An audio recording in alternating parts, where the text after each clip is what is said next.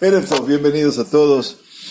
Perashat Hayé Sarah es la estación que estamos en esta semana para compartir lo que Shlomo Amelech dijo: Dor olech vedor ba, ve'aretz leolam omadet. Una generación se va y otra generación es la que viene, y la tierra por siempre habrá de permanecer. Estamos en la perashá de la continuidad. Estamos en la perashá de la continuidad. Y esa es una perashá que habla, obviamente, como escenario fundamental, la muerte de Sará en el principio de la perashá y la muerte de Abraham en el final de la perashá. En medio de todo ello, tendremos dos mojones importantes, dos hitos importantes. Uno, Israel pasa a ser, la tierra de Canaán, por primera vez pasa a ser propiedad parcial, pero propiedad de Abraham Avinu. Aparece el escenario de la compra de Me'arat HaMachpelah como un elemento sustantivo. Pero Israel no solamente se adquiere por comprar tierras. Esa fue la gran tarea que hizo el Keren Kayemet de Israel hace más de 100 años. También aquí en el estado renovado. Israel se adquiere por la presencia de sus hijos en la tierra. Y no hay ninguna duda de que Abraham vino con la perashá de la Akedah, no solamente llevó a su hijo a una situación traumática, sino que también le regaló la posibilidad de sentirse Akud. Akud quiere decir atado, ligado a esta tierra. No solamente a la fe en el Kadosh Baruj Hu, sino también a esta tierra. Yitzhak es el único de los patriarcas que jamás ha de abandonar la tierra de Israel.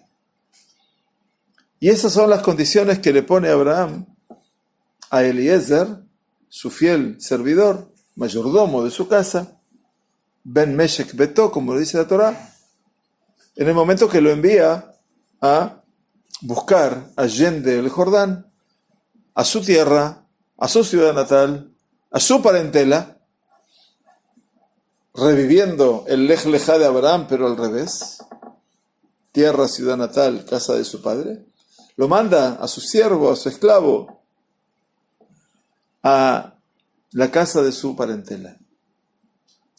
Abraham tiene un hermano en vida que se llama Nahor. Nahor ha tenido hijos con su esposa Milcá, tal cual lo anunció la perashá del Shabbat pasado, Vayera, al final. Y entre ellos se menciona que Nahor, entre sus hijos, tuvo a uno en particular llamado Betuel. Ubtuel y Alad et Rivka. Y nos aclara la Sagrada Torá que Betuel dio a luz a Rivka. A veces uno se pregunta, ¿para qué necesito saber genealogías de gente tan distante que en última instancia no son parte de mi familia? Lo que no sea parte de la familia no significa que estén distantes, y que estén distantes no significa que no sean parte de la familia. Significa de que aquí hay una realidad que Kadosh Baruj Hu se encarga de legalgel, se encarga de producir a lo largo de los tiempos. Sabía que en algún momento Abraham Avinu estaría preocupado por la continuidad, no la suya, la de su hijo. Y vamos a encontrar aquí que también Yitzhak está preocupado por la continuidad, no la suya, sino la de su padre. Es maravilloso el circuito de la Torá, el circuito virtuoso de la Torá. El amor de un padre por un hijo es inacabable. Y el amor de un hijo por su padre también es inacabable. Así lo experimenta Yitzhak por su mamá, ya fallecida, y lo habrá de sentir por su padre, que habrá de desaparecer todavía después de 38 años, cuando Yitzhak sea padre, después de que Yitzhak ha tenido a sus hijos, Esaú y Jacob. Pero eso es para otro momento. El escenario que nosotros queremos hablar hoy es un escenario brillante, que tiene que ver un poquitito con las peripecias de Eliezer, en tierras distantes. Dijeron los Jajamim en la Gemara, en el Midrash, Yafá sijatán shel avdei avot, mitoratam shel benehem. Yafá tiene una mayor belleza, una mayor expresión, las plegarias de los siervos, de los patriarcas, más que toda la Torá de sus hijos. Y esto no es una afirmación bigedi, quiere decir como que menor. La plegaria que hace un esclavo de Abraham Avinu, un esclavo fiel, ¿no? Esclavo, no hablamos de una esclavitud corporal, tiene mayor trascendencia que toda la Torá de sus hijos. Y uno dice, caramba, ¿qué es esto? Hasta tanto se lo pondera a Eliezer. Bueno, Eliezer tiene una misión. Vas a ir, Kimel Arziba, el Moladeti, tiene que ir a la tierra natal de Abraham, a la ciudad natal de Abraham. Y tiene una misión de traer de allí una mujer. Yo me enteré por la Sagrada Torá que nació Rivka, pero Abraham todavía está en el trayecto. Y Eliezer no sabe dónde vive la familia de Nahor, no sabe dónde está la casa de Betuel. Seguramente va a tener que llegar y averiguar, pero sepan que el Waze no le funcionaba y el Google Maps todavía no lo había instalado. Por lo tanto, no sabe dónde va a ir y no sabe lo que le va a esperar. Y ese escenario de Eliezer es el que para nosotros construye ese recinto de la continuidad. La dedicación, la plegaria, la fe inconmovible que tiene este hombre, añoso ya, y el deseo, voluntad de poder cumplir con su amo. Dice que Eliezer tomó 10 camellos, y por supuesto que fue acompañado por gente, no hay ninguna duda. Vayelech el Aram Naharaim elir Nahor. Y fue a la ciudad de Aram Naharaim, a la ciudad de Nahor. ¿Por qué se llama Aram Naharaim? Página 301, Rashi, la explicación de Rashi. Aram Naharaim, esta ciudad era llamada así porque estaba ubicada entre dos ríos.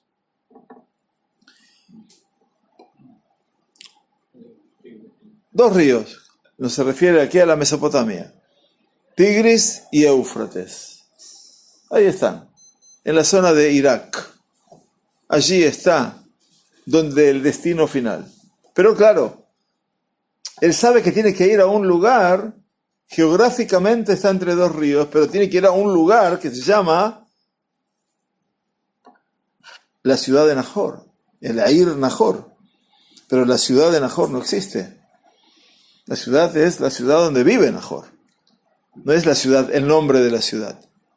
Por lo tanto, Rashi nos da la explicación de la topografía del lugar, de la geografía del lugar. No era difícil encontrar la ciudad que estaba en el lugar de los ríos. Muy bien. Si ustedes ven lo que dice el Onkelos, Onkelos es la traducción aramea, ¿se acuerdan, verdad? Si ustedes van a ver el renglón, dice que tomó todas las cosas buenas en su mano. Dice después el Onkelos. Onkelos está después del texto hebreo donde dice Onkelos, ¿sí? Primer renglón arriba. Dice Bekam Beazal la Aram Bial Perat. Fue y se levantó y fue a Aram, que está sobre el Éufrates.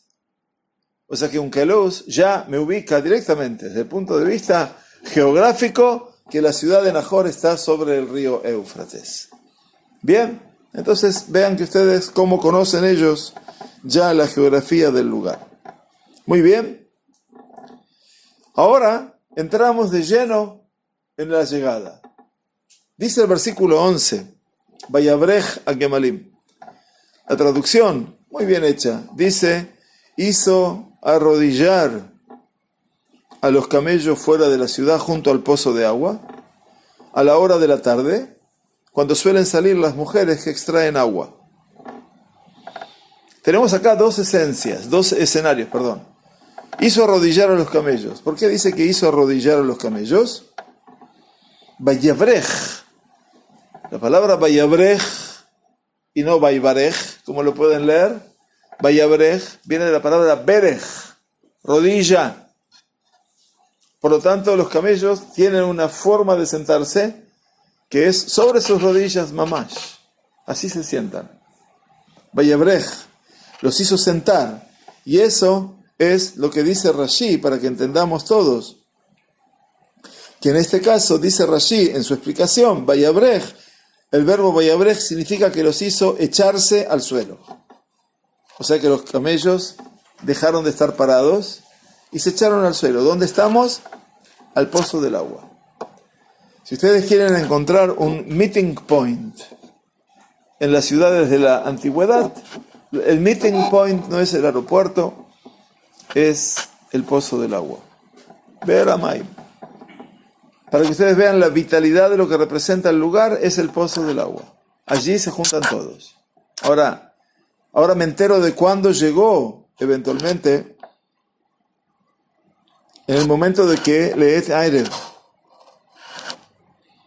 Leet Erev. ¿Qué quiere decir Leet Erev? A la hora del atardecer.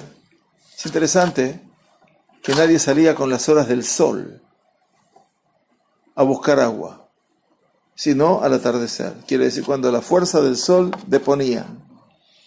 Y ahí salían las mujeres a extraer el agua. Las mujeres que iban de las casas a buscar agua que se habían llenado en los pozos y que en última instancia iban a llenar, obviamente, sus baldes, sus delí, sus cubos de agua. Muy bien, hasta aquí el relato es un relato simple. Llegó al lugar, bueno, están los camellos, los hace descansar después de un trayecto por el desierto extenso. Y ahora empezamos esa tefilá.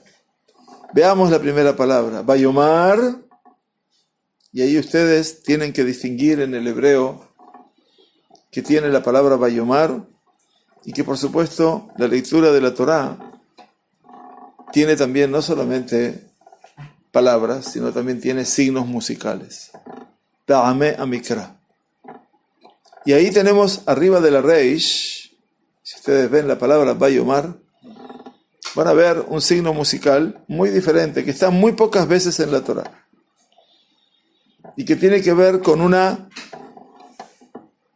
movimiento ondulado. Se llama Shalshelet. Shalshelet está 3 veces en la Torá.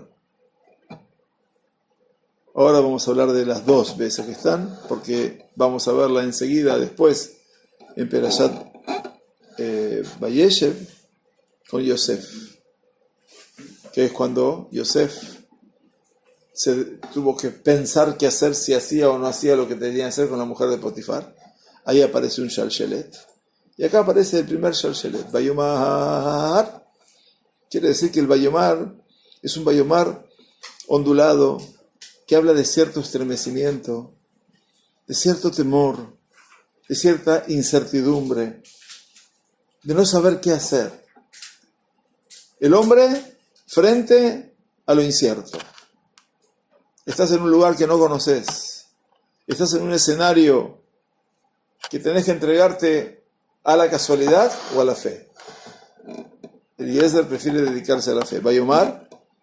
Y ven que después del Shalshelet, después de la Reish, aparece una raya. No es un error del texto. Es otro signo musical. Que es pasek. Pasek es interrumpir. Vayomar. Quiere decir, el texto mismo me está diciendo que hay toda una sensación interior de Eliezer que necesita expresar. De Agab Alev Ish Yashhenna, dice Shelomo Amelech, cuando una persona tiene una preocupación en su interior, ¿qué tiene que hacerla? Dicen los Jajamim, Yasihenna. Yasihenna quiere decir que la trate de expresar, que la trate de verbalizar. No se puede la persona quedar con la angustia interior, tiene que vocalizarla. Vayomar, esa apertura nos dice, oh Eterno, dice el versículo 12, esta es la plegaria. Esta es la tefilá. Yafasi Hatam Shel Abdei Avot.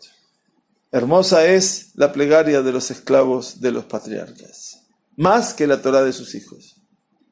Los Jajamim se detienen en este aspecto y por eso hemos elegido este aspecto. Oh eterno Dios de mi Señor Abraham, por favor haz que tenga hoy un encuentro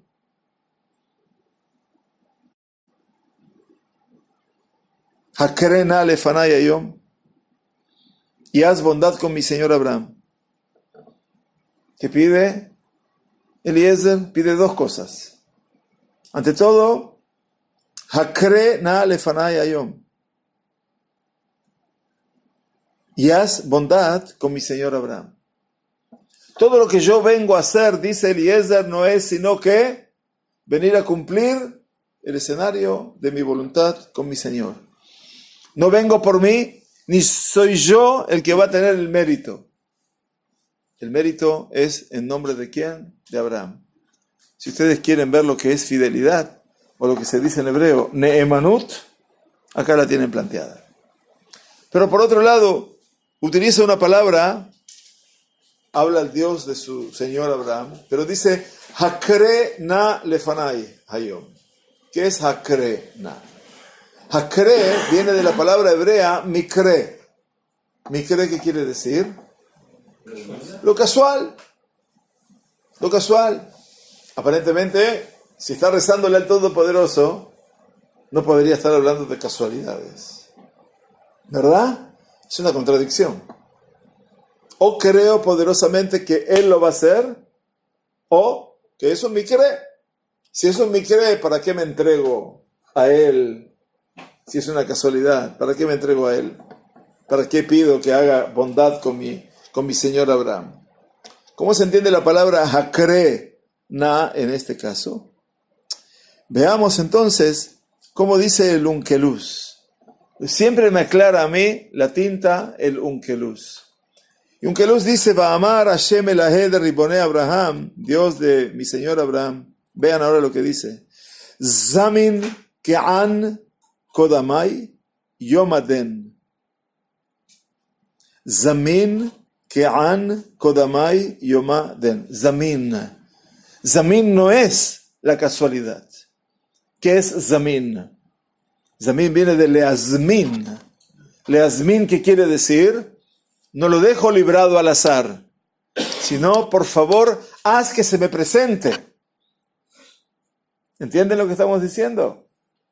Es la crena, no es solamente una casualidad, sino que él está poniendo toda su energía, toda su fe ¿en quién? En Akadosh Baruj Hu. Zamin ke'an kodamai yomaden. Pon delante mío en este día. Y la cree no tiene que ver con la casualidad, tiene que ver con la causalidad. Valga la expresión redundante que estoy diciendo.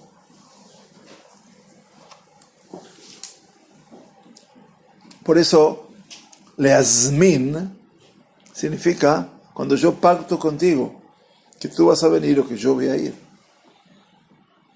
No es un encuentro casual, es un encuentro pautado.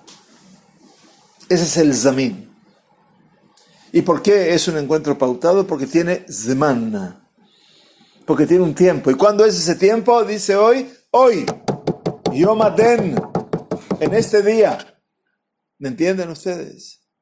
Entonces aquí Eliezer parece ser muy pretencioso. Quiere que las cosas se resuelvan rápido. El hombre de fe sabe esperar. ¿Qué pasa con Eliezer? ¿No tiene paciencia? La urgencia no es de él. La urgencia es de ¿qué? De Abraham, que confía en él. Y entonces, cuando yo soy un shaliach, me enseña Eliezer que cuando yo soy un emisario, no tengo derecho a postergar las cosas. Si yo soy el que hace la acción y depende de mí, yo puedo disponer de mis tiempos. Pero cuando tú sos mi shaliach, tú depositaste en él la confianza de que él va a hacer las cosas en tiempo y en forma. Y por lo tanto la plegaria de él empieza a transformarse en ese escenario vital. Baaseh Chesed im Adoni Abraham. Versículo 13. He aquí que yo estoy junto a la fuente de agua, y las hijas de los varones de la ciudad salen por agua. Relato simple. Está mostrando qué es la realidad. Estoy aquí y a esta hora salen las hijas. Ahora bien, que a la joven a quien yo diga, por favor inclina tu cántaro para que yo beba, y ella responde, bebe, y también a tus camellos daré de beber, que ella sea la que has aprobado para tu siervo Yitzhak, y en ella sabré que hiciste bondad con mi Señor. O sea, Eliezer parece ser que tiene algunas hazakot. Hazakot quiere decir algunas cosas que son fijas en su escenario, y la prueba que él pone, ¿cuál es? Llegan jóvenes al lugar. Ustedes no se olviden, las jóvenes están acostumbradas ¿a qué? A cumplir con las pautas del lugar. No es un lugar cualquiera. Y cualquier cosa, tú no le vas a decir a tu hija, tú habla con el primero que te llega, ¿no? Contrario, le vas a advertir a tus hijos cuando son pequeños, o son niños, o son adolescentes, no hables con cualquiera. Sin embargo, parece ser que Eliezer pone una prueba muy, muy importante aquí, que es que cuando yo le planteé que me dé de beber, pero que no solamente que le dé de beber, ¿cuál es la particularidad que pide Eliezer? ¿Ustedes prestaron atención? Hay que leer la Torá en profundidad. Y entonces, ¿qué le pidió? ¿Cuál es la prueba? ¿La prueba es que le dé de beber agua? ¿Esa es toda la prueba? ¿Y solamente que le dé de beber agua a él y a sus camellos? ¿Esa es la prueba? ¿Con eso se demostró que es la mujer de la vida? ¿Cuál es la prueba? Sí, pero ¿cuál es el gesed? ¿Está bien? ¿Cuál es el gesed? Vean lo que dice. ¿No? Atina kadech eshte. Inclina tu cántaro para que yo beba. ¿De dónde va a beber Eliezer? Del cántaro de ella. ¿Alguien le va a dar de tomar de su cántaro a un extranjero? Si no sabes si tiene una enfermedad, Dios no permita. ¿Cómo? ¿No es que hay alguien de tu pueblo, alguien de tu familia que te pide de tomar un poquitito de Pepsi Cola? Atina kadech, dame de tu cántaro. De tu cántaro. Eso es gesed. Darle de beber del cántaro de uno. Y no poner ninguna intención. Tú tomas de aquí del pico de la botella. Y se lo pediste a otro, el otro viene y después va a venir así, y lo va a limpiar aquí como si yo tuviera, vas a saber cuántos microbios, bacterias y todo lo que tengo. Sí, es verdad, tengo. No hay ninguna duda, todos tenemos bacterias y microbios en alguna parte de la boca. ¿Cómo a un extranjero se le va a dar de beber del cántaro de uno? Van a decir, bueno, pero no tocaba el cántaro, lo tomaba de la boca. Bueno, está muy bien, la imaginación al poder, no hay ningún problema. Cántaro tuyo, yo quiero tu cántaro, no de cualquier cántaro. ¿Se dan cuenta? Entonces dice a tus camellos que ella es la que tú has demostrado, Ota Ojachta.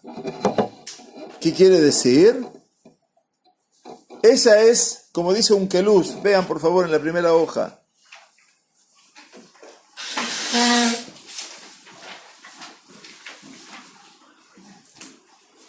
Yata zaminta leabdach leitzcha. Zaminta. Zaminta es el zamin. Ella es la indicada. Estoy en la primera hoja al final de un keluz, para los que me quieran seguir. Rashi dice Ata Ojachta, la que tú has aprobado. Que dice Rashi, y vamos a ver por qué dice lo que dice.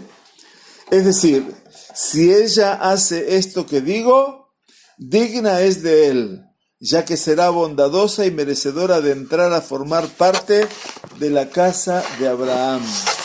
En este caso, dice Rashi, el verbo ojachta significa demostraste o aclaraste.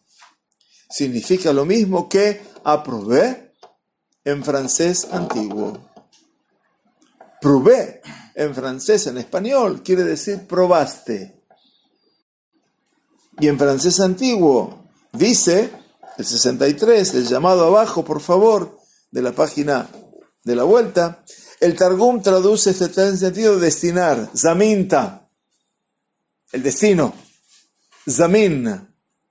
Ella será la que has destinado para Yitzhak. Pero según Rashi, Eliezer quiso decir que si Rivka hacía lo que él decía, con ello Dios habría probado que era la mujer idónea para Yitzhak. La frase debe ser entendida en el sentido de habrás demostrado que ella es para Yitzhak. Entonces, obviamente, el concepto de aprobar, probar o demostrar es el concepto que dice atá ojachta. ¿Qué quiere decir atá ojachta? Leojiach. Leojiach es una ojajá. Cuando tú tenés que demostrar una evidencia, la tenés que hacer. Una evidencia. Y Eliezer se conforma con una evidencia de las más simples, pero de las más contundentes. ¿La capacidad de quién? De ayudar al desconocido. Porque ayudar al que conoces es fácil. Ayudar al tipo que llega por primera vez al pozo del agua. Somos todos tan receptivos que cuando vemos a alguien que no conocemos nos acercamos y le hablamos y le decimos, vení, ¿querés tomar algo? ¿O es al revés? ¿Cuántas comunidades pasa de que llega gente la noche de Shabbat a la tefilá? Y así como vienen se van, nadie le pregunta, ¿tenés dónde estar? ¿Tenés dónde comer? ¿Tenés dónde estar? Nadie. Y esa no es buena norma, eso no es Gesed. Para otros significa no hay que meterse en la vida del otro. Error. Se necesita uno meter en la vida del otro porque no sabe de dónde viene, de dónde es y qué es lo que hace. Y a veces cuando estás en un país que no es tuyo y llegás a pasar un Shabbat, amén de tener que pasar todas las averiguaciones de bitajón y tener que demostrar que eres judío, eso no es lo peor es cuando ya terminaste la tefilá. Seguramente tú te preparaste tu Shabbat en el hotel, donde fuera, pero por lo menos alguien que venga a preguntarte, Baruch Haba, ¿de dónde vienen? ¿Tienen dónde estar? ¿Tienen lo que comer? Mínimamente. Eso es Gesed. Y es un Gesed simple. No hace falta Gesed muy grande. Eliezer, ¿qué está buscando? Eliezer dice, yo me eduqué en ese Gesed. El Gesed que es primeros auxilios. Darle al otro lo que el otro necesite en ese momento. ¿Qué necesita Eliezer? Agua. Es cierto. ¿No traía agua Eliezer? Pregunta. Trajo joyas, trajo comida. Se le cortó el camino. Dice el Midrash. ¿Qué? ¿No traía agua? ¿Verdad que traía agua? Entonces, ¿para qué? ¿Cuál es la prueba? La prueba es cómo me vinculo con el que no conozco. Si hay alguien que puede desarrollar Gesed con el que no conoce, esa persona es necesariamente una persona destinada para el bien. Haz bien sin mirar a quién. Así dice el dicho. Por lo tanto, obviamente, esa es la mujer que ha destinado, que asita Gesed y Madoni. Uba Eda. Y en ella sabré. Dice Rashi. Explicación de Rashi, traducida. Uba Eda. Esta frase implica, presten atención, un ruego a Dios, como diciendo, por medio de ella hazme saber lo que se dice a continuación. O sea, llamado 64 del Lifshutó del Rashi, si me siguen la letra más chiquita abajo de la última línea, con estas palabras, Uba Eda, con ella sabré, Eliezer no quería decir que el comportamiento generoso de la mujer sería un signo de que Dios había hecho bondad con su señor Abraham. Le rogaba a Dios que la mujer que fuera así de generosa también fuera de la familia de Abraham. Y entonces sabría que Dios habría hecho bondad con Abraham. Qué maravilloso. Rashi es maravilloso. Por medio de ella, hazme saber. No solamente que es merecedora de la casa de Abraham, sino que esta chica nació de una familia que todavía tiene rasgos abrahámicos. O sea que Abraham, si bien se fue de su comarca, si bien dejó su tierra natal y su ciudad natal y su familia, la casa de su padre, este Abraham quedó allí. Y por eso Abraham manda a buscar una mujer de allí. Abraham no duda de que la zona todavía sigue siendo idólatra, pagana. No lo duda. Pero es el mal menor. El paganismo se puede corregir en la medida de que haya una salud mental y emocional. Pero si hay enfermedad mental, como en Canaán, como en Egipto, y donde las emociones son superadas por las razones, y donde no hay forma de cotejar el temor del otro o la emoción del otro, eso ya no sirve. Canaán está obturado. Allí todavía están abiertos. Hay paganismo, hay idolatría, pero hay también algo que Abraham sembró. ¿Entienden ustedes? Muy bien. Esta es la plegaria chiquita. Y sucedió, versículo 15, que antes de que él terminase de hablar, Terem, Kilale de haber, Terem, antes de que termine de hablar, he aquí que Rivka, nacida de Betuel, hijo de Milcá, mujer de Nahor, hermano de Abraham. Ahí tienen toda el abolengo. ¿Quién es la que salió? Rivka, que es la nacida a Betuel, que era el hijo de Milcá, que era la mujer de Nahor, que era el hermano de Abraham. Para que vean todo el entorno de esta niña. Esta niña tiene que se diga Rivka y lo último que dice el pasuk que es Abraham. ¿Lo vieron? Dice Betuel, Milcá, Nahor, Abraham. Ahí está la ligazón del Gesed. Salía con su cántaro sobre el hombro. ¿Ok? Muy bien. Está claro, el cuadro está claro.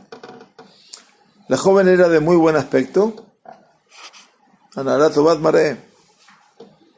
Virgen. Quiere decir que no había tenido contacto sexual, como dice Rashi, en el sitio de su virginidad.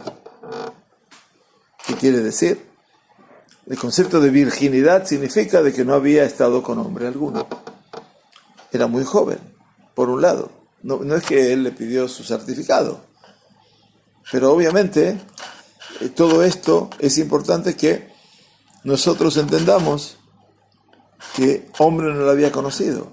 Quiere decir, Rivka, tenemos que entender que hay una cultura, ¿no?, del lugar. El hecho de que el lugar sea pagano o sea idólatra, la vida de la persona a veces no pasa por ser cuidada. Ya vimos que en las comarcas de Canaán, cuando vinieron los ángeles a la casa de Lot y querían llevárselo los hombres de Sodoma y Gomorra para conocerlos sexualmente, Lot, ¿qué les ofreció? A sus hijas. ¿Por qué no? No importa. Objetos. La descultura, la barbarie, hace que el padre pueda disponer de la vida de las hijas y hacer con ellas lo que quiera. Esto no pasa solamente en el escenario bíblico. La prostitución de menores también pasa por eso. Con la anuencia de los padres o del padre. Dramáticamente. Entonces, de una u otra manera, es interesante que la Sagrada Torá nos trae aquí una referencia, que es, obviamente, que la niña era de buen aspecto, o sea, genera un impacto, Betulá, que era virgen, Beish lo ida'a, y que ningún varón la había conocido.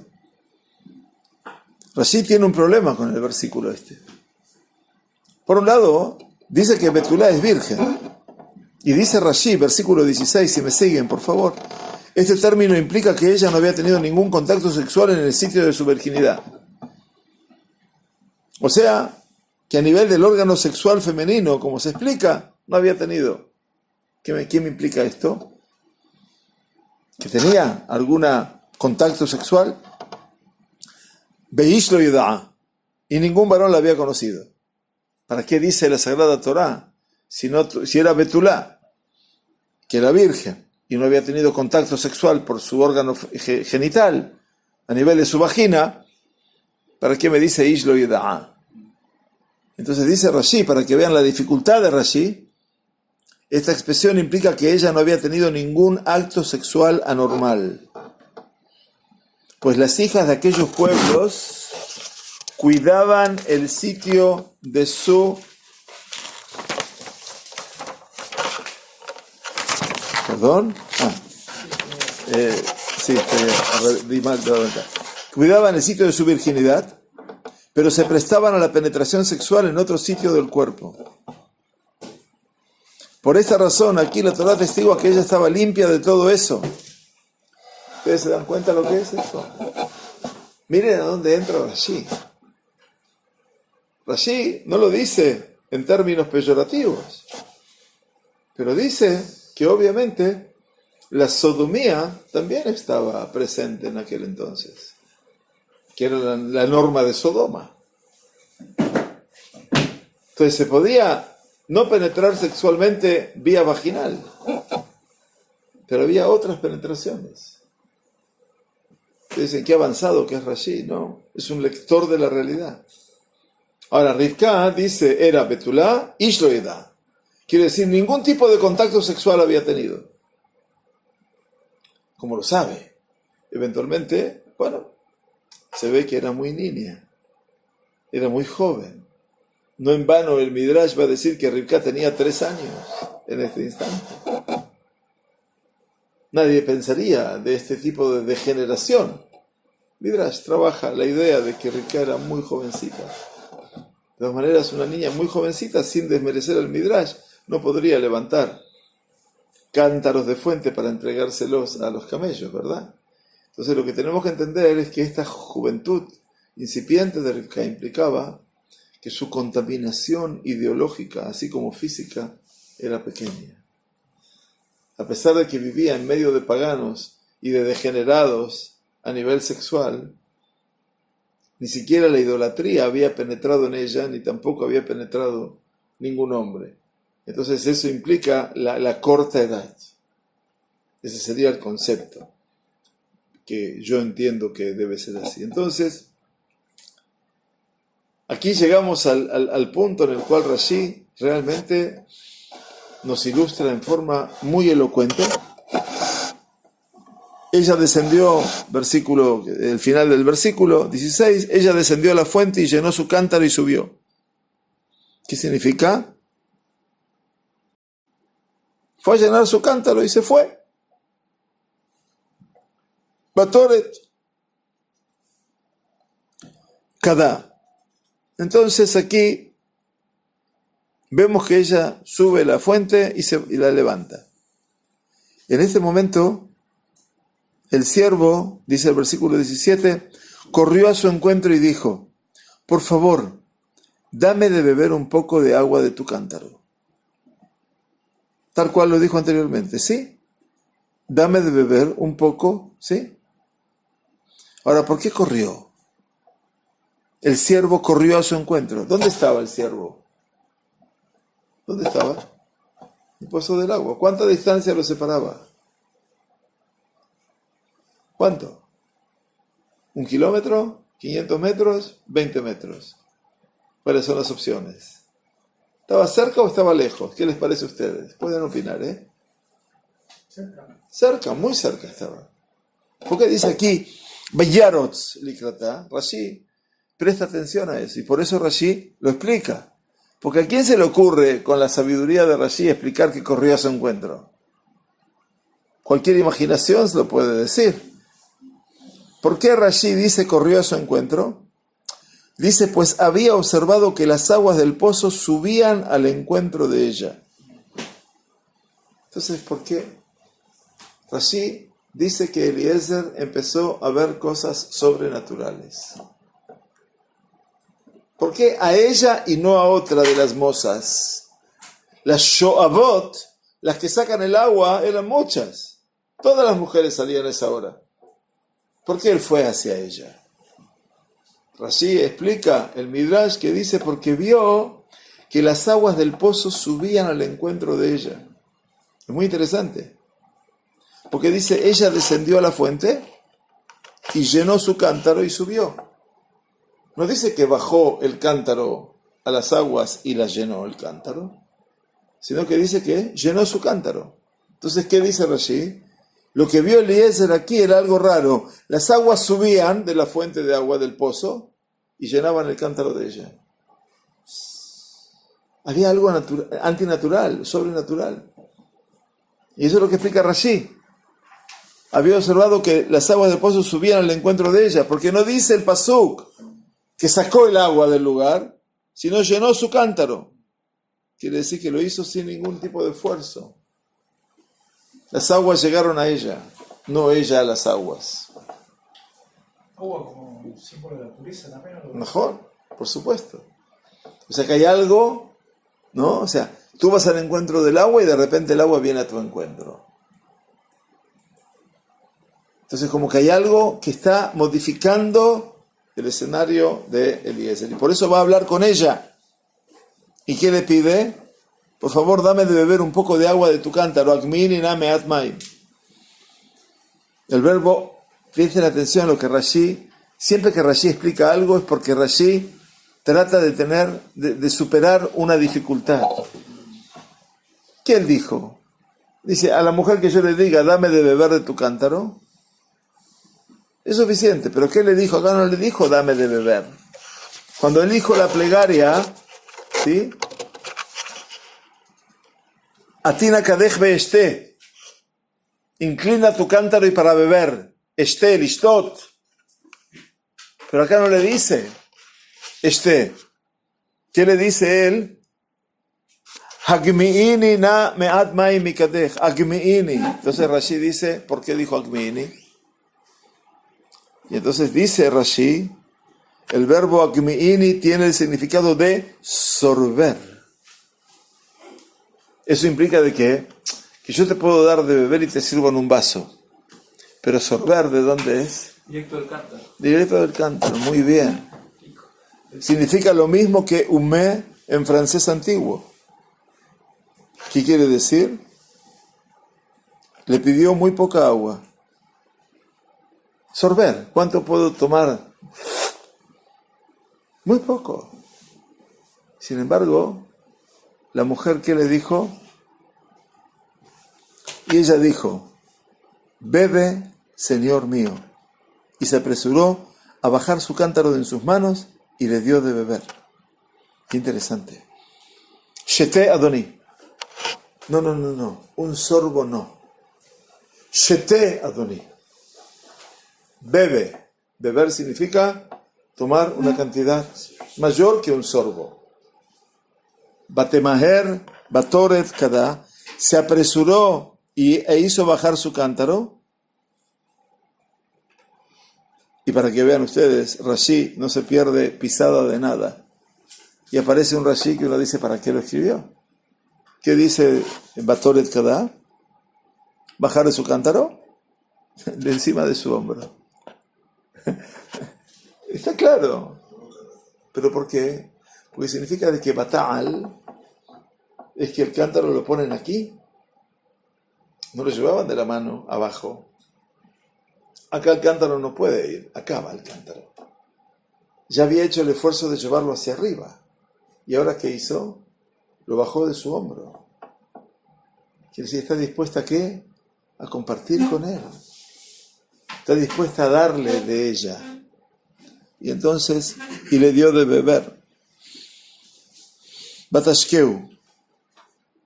Y cuando ella terminó de darle de beber, Batejale Ashkotó, cuando terminó de darle de beber, dijo, también para tus camellos sacaré agua.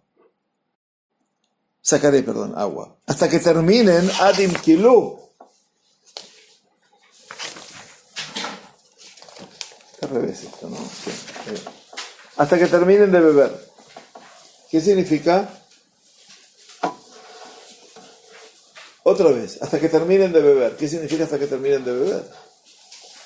Si tú le das de beber a un animal, puede ser que el animal todo el día esté tomando. ¿Por qué? Por la sensación de ¿qué? De insuficiencia. Entonces, ¿qué significa hasta que terminen de beber?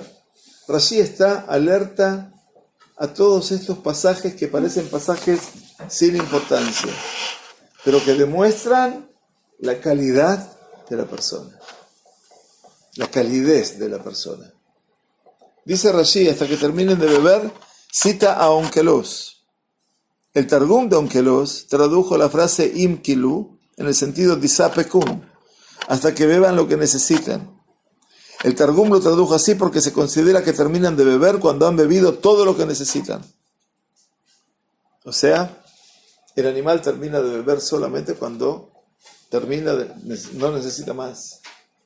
Y entonces en los camellos, obviamente, que tienen que aumentar su reservorio, y esas 2 jibas eventualmente las tienen que llenar de agua, tienen que llenar el tanque, como se dice. Entonces, ¿qué hizo? Atim Kilú. Entonces, Rashi donde pone el acento. Que esta niña no tiene ningún apuro. El Gesed requiere no solamente de bondad del corazón, sino también requiere de tiempo. Y ese es el peor drama que tenemos hoy. Todos estamos dispuestos a hacer el bien, pero no tenemos tiempo. Entonces el Gesed se encuentra con el problema del tiempo. Y uno necesita que el Gesed te requiera de tiempo. Si alguien te pide ayuda, a veces necesita que tú le hables un poco. Y para hablar necesitas tiempo. Para sacar 3 monedas es rápido. Y ya con eso entendiste que hiciste Gesed. No, no hiciste Gesed. Oev tzedakah b'Gesed. Kadosh Baruj Hu ama tzedakah b'Gesed. Ama el Gesed. Ama que tú ayudes materialmente al otro, pero quiere la tzedakah también. La tzedakah significa que tú des de algo tuyo también, no solamente tu dinero. Y en este caso es tu tiempo. Esta niña, ¿qué le dijo? También para tus camellos sacaré agua. Hasta que terminen, Atim Kilú, listo. Hasta que terminen de beber. Y es fantástico. Muy bien. Entonces aquí, a Eliezer de repente se le iluminan los ojos. Porque no solamente hizo lo que él pensaba que iba a hacer, sino que lo hizo en forma mucho más manifiesta y mucho más grande. Es llamativo que todo Israel que no tenía agua, ahora le da agua al mundo. La desalinizada. ¿Sí? Bueno, siempre la zona esta, pero aquí estamos hablando, por eso dijo que era Aram Naraim. ¿Por qué dijo Rashi que era entre 2 ríos? O sea que la hidrografía del lugar y la abundancia del agua era natural. Ahora es curioso, ¿no? Volviendo a Rashi primero. Era un lugar de muchas aguas, pero era un lugar donde no se compartían las aguas. Y eso es un tema también. Lo primero que le dijo Abraham a sus invitados que era, por favor, vengan a mi tienda, Yukachna me'at mai, tomar un poco de agua. Básico, lo mínimo. Lo que tenés que ofrecerle al que necesita. Muy bien, entonces esta niña nos cuenta la Torá ahora, la Sagrada Torá nos dice, y se apresuró, Batemaher, véanla ahora en movimiento, y vertió su cántaro en el abrevadero. Bate'ar, Kadá el Ashoket. Y corrió de nuevo al pozo para sacar agua. Y extrajo agua para todos sus camellos. ¿Cómo está Rivka? Rivka está en movimiento así permanente. Va y viene, va y viene, va y viene. Por eso dice, se apresuró. Y aquí nos dice Rashi, ¿qué pasó? Dice Bate'ar. Vertió. Dice Rashi, versículo 20. Este verbo significa verter. Y dice, existen muchos ejemplos análogos en el lenguaje de la Mishnah. Nos lleva ahora a la Torah oral. Por ejemplo, en la frase, el que vierte en un recipiente a otro. Me'aré. Me'aré quiere decir cuando yo, por ejemplo, no puedo hacer un té en Shabbat tomando el agua caliente de donde está el agua caliente. ¿Qué tengo que hacer? Tengo que mezclar, tengo que llevar el agua ese, verter en un vaso y de ese vaso a otro vaso. Eso se llama airui. ¿No es cierto? O sea, verter de un vaso al otro. Bate'ar dice el que vierte de un recipiente a otro. Y en la escritura también hay términos análogos. No derrames, alma mía. Altear, dice el libro de Teilim, porque vertió su alma hasta la muerte. Dice Yeshayahu. ¿Qué quiere decir todo esto? Y acá estamos hablando de que los ejemplos que trae él no son ejemplos curiosos. Habla de pasar de un recipiente a otro, y habla del alma, y habla también su alma hasta la muerte, o sea, verter el alma, dar de sí todo. Quiere decir, bate'ar implica dar todo de sí. Y esto es lo que hizo esta joven. Y por eso Rashi se detiene en ese momento. Y entonces dice, ¿hasta dónde? Vertió su cántaro en el abrevadero, el ashoket. ¿Qué es el shoket? Dice Rashi, esta palabra designa una piedra hueca en la que los camellos beben agua. O sea, ¿dónde fue? No le dio en la boca a cada camello.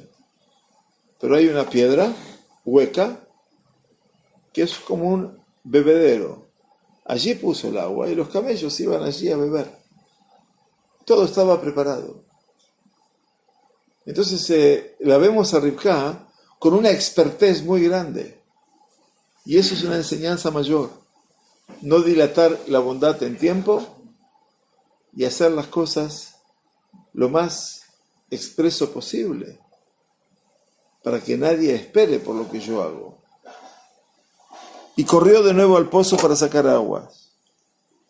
Otra vez la vemos a la niña corriendo de un lado al otro y extrajo agua para todos sus camellos. Ahora cambia el escenario, se mueve a este segundo escenario. Ahora el que está mirando es Eliezer. Eliezer está observando lo que está viendo sus ojos y no lo puede creer. Y por eso utiliza aquí la Torá un término muy interesante. Veaish mishta'e laha. El varón dice aquí, se asombró. Mishta'e, se asombró de ella. ¿Qué significa este verbo mishta'e? Estoy en la página 304. El versículo 21 dice Rashi, mishta'e, en la mitad, justo. Mishta'e, ¿qué quiere decir? Se asombró. Este verbo está relacionado con la palabra she'iyah. Y she'iyah es desolación. Es similar al significado de los vocablos hasta que las ciudades queden asoladas y la tierra se convierta en desolación. Tisha'e. Fíjense que acá nace el concepto de la palabra Shoah.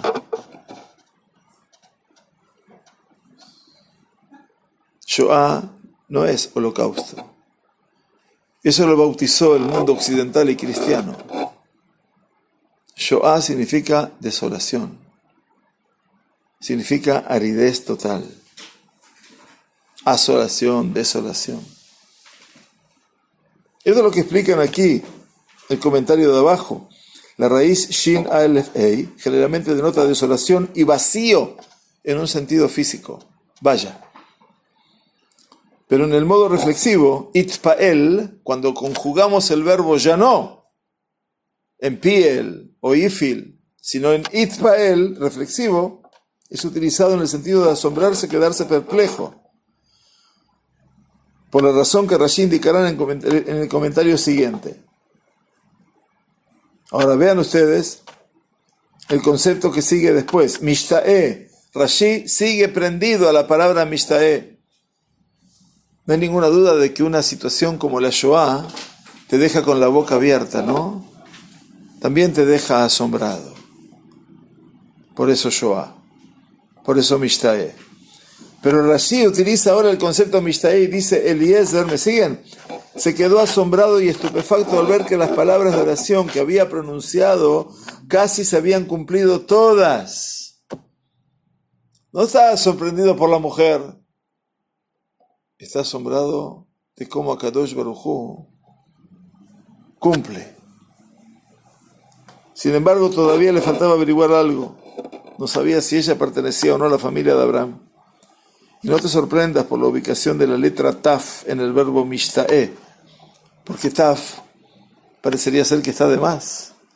Si la raíz es Shin Aleph Hei, ¿qué hace la Taf? No forma parte de la raíz, ¿me entienden? Ya que toda raíz verbal cuya letra inicial sea Shin, cuando es conjugada en el modo reflexivo Itpael, se inserta la letra Taf, la cual separa las dos primeras letras de la raíz entre sí. Por ejemplo, dice Rashi,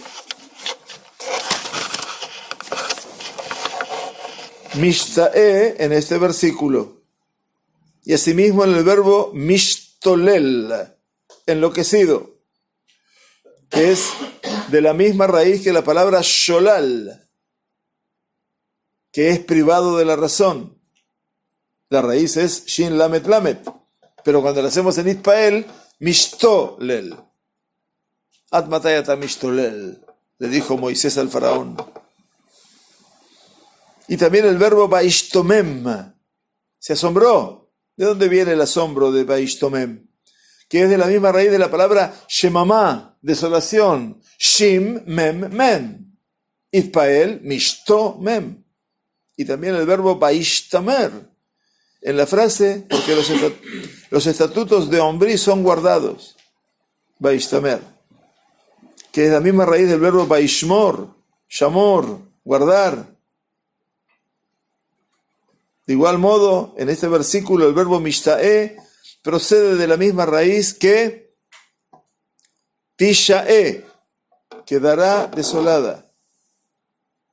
Y así como en las escrituras hallas la palabra Meshomam o Meshomem, estar desolado, para referirse a una persona desconcertada, muda y meditabunda ante un hecho que le provoca asombro, como en los siguientes casos, los posteriores se quedarán perplejos. Dice Iov, Beaharonim y Nashamu, por su día. Asómbrense los cielos. Shomu Shamayim, dice el profeta Irmiau. Se quedó anonadado, Eshtomem, por un instante. En este mismo sentido puedes explicar la palabra She'iyah, desolación, aplicándola a una persona perpleja y meditamunda. Se quedó sin decir nada. Qué maravilloso.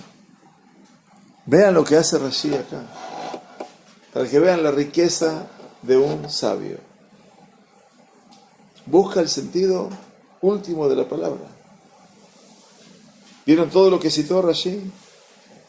Eso es porque ha pasado el texto y lo ha repasado y te enseñó aparte gramática. Entonces yo del Perush de Rashi no solamente saco la dificultad de Rashi y solamente la leyenda popular, no, aprendo gramática y aprendo toda una relación de verbos que me van llevando al mismo punto. Y si eso no es grande, ¿qué es lo grande? La riqueza interpretativa del hombre. Pero claro, Rashi dice todo esto porque tiene un objetivo. ¿El objetivo de Rashi cuál es? Pero el Targum de Onkelos, o sea, Rashi me enseña siempre mirando y leyendo el Unkeluz, la traducción aramea, porque el estudio de la Torá es Shenai Mikra Be'echat Tirgum. Siempre que estudiamos la Torá leemos 2 veces el versículo en hebreo y 1 en arameo, a pesar de que tú no entiendas arameo. Tu mente no la entiende, tu alma la entiende. Entonces dice que dijo, aunque lo tradujo el verbo mishtae en este versículo en el sentido de shehiyah. Shehiyah no con alef, sino con hei, que es lishohot, esperar.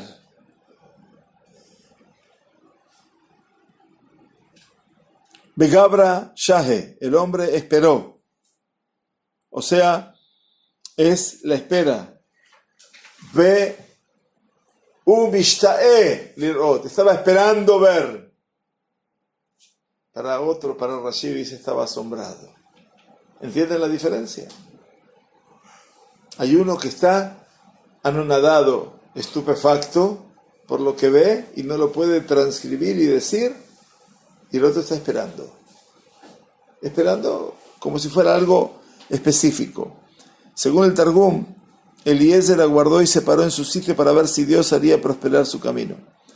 Pero ya sea que el verbo mishtae sea un derivado de la raíz sha'o con alef, de solar, o de la raíz sha'o, aguardar no puede ser traducido al arameo por shete, ya que de ningún modo puede significar beber. O sea, hay muchos que decían mishtae de listot, shete, puesto que la letra alef que tiene este verbo no forma parte de la raíz que da origen a la palabra shetiá, bebida. Está claro, ¿no? Que acá lo que pasa es por la perspectiva y no por la acción. Entonces, este es un Rashi maravilloso. Realmente ustedes vieron. Mishtae, había dicho Rashi, la Torá decía que el hombre aish mishtae laha. No sabe qué la. Si es a ella o a la noticia, no sabemos qué. Si la está viendo a ella, es la sorpresa. Si está esperando la noticia, está esperando. Pero ahora me aclara la Sagrada Torá, página 306, arriba. Maharish, la da'at, silenciosamente. Miren, Rashi, más todavía. Me trae 2 explicaciones más. En el Rashi de la hoja 306. Mishtae dice, se asombró. Esta palabra significa lo mismo que étourdion en francés antiguo. Aturdido. Aturdion. Esto es lo grande. Aturdimiento, perplejidad. O sea que Rashi me está tratando no de convencer, sino de mostrarme la riqueza. Mishtae la. Se asombró de ella. En este caso la preposición la significa que se quedó asombrado de ella. El significado de laha, ella, aquí es similar al de los siguientes versículos. Di de mí, es mi hermano.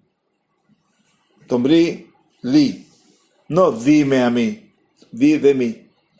Y los hombres del lugar se preguntaron sobre su mujer, Leishto.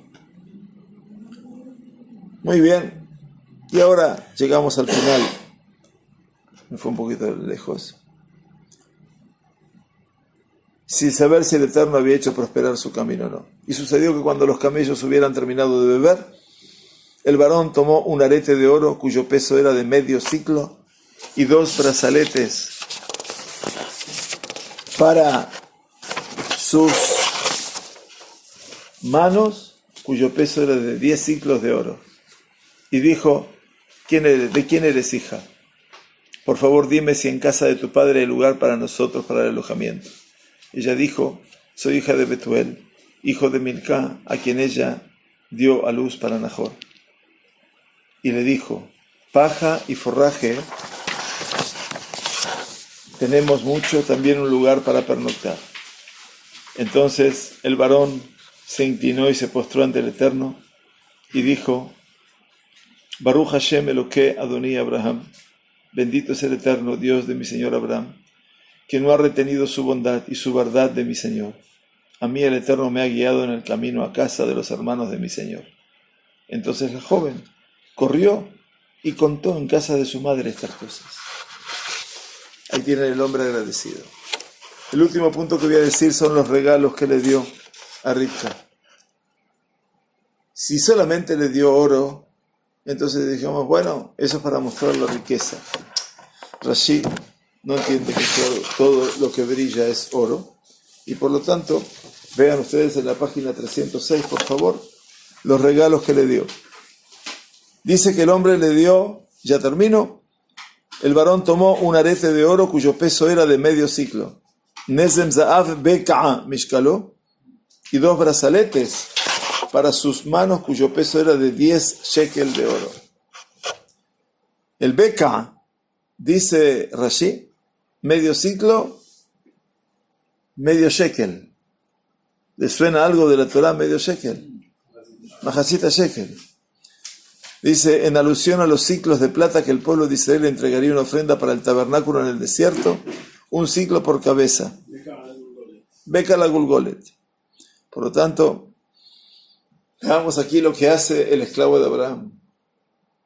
Está adelantando lo que sus hijos van a hacer. Pero también dice que le dio 2 brazaletes, Shenet Semidim, sus manos cuyo peso era de 10 ciclos. Entonces dice solamente eso. 2 brazaletes, dice, en alusión a las 2 tablas de la ley que Dios entregaría a Moshe en el Sinai, las cuales estaban unidas entre sí, Metzumadot, Samud, Smidim, están unidas las 2 tablas, de 10 ciclos, en alusión a los 10 mandamientos que estaban escritos en las 2 tablas de la ley. ¿Qué le dio? La bondad del Mahatzita Shekel, que es la construcción de la casa de Dios, y las Lujot Berit con los 10 mandamientos. Wow. Estamos reformulando todo lo que va a ser el futuro. El futuro a cambio del agua. Ahí empieza la historia de Rivka. Una mujer que llega munida de esa construcción que va a ser el Mishkan y de hacer el Tadibrot, Matan Torah, que va a ser el momento más elevado en la vida de lo que será el pueblo judío. Que tengamos una buena noche. Toda Rabá. Estudiamos de Ilun Nishmat Miguel Ángel Ben Matilde, Nishmatot Shelo Yetzer HaChaim, Leilui Nishmat Mijael Ashkenazi Ben Tzvi Bemalka, de Leilui Nishmat de la señora Berta Beile Barjaya Clara, Uleabdil Ben Ametim Lahaim, salvando la distancia. Estudiamos para la Refuah Shlema de José Caro Ben Sarah, de la señora Rachel Bat Perla, señor Abraham Ben Adasa, y de todos los Jolim y Jolot de Am Israel, que cada uno les envíe Refuah Shlema. Buenas noches. Gracias.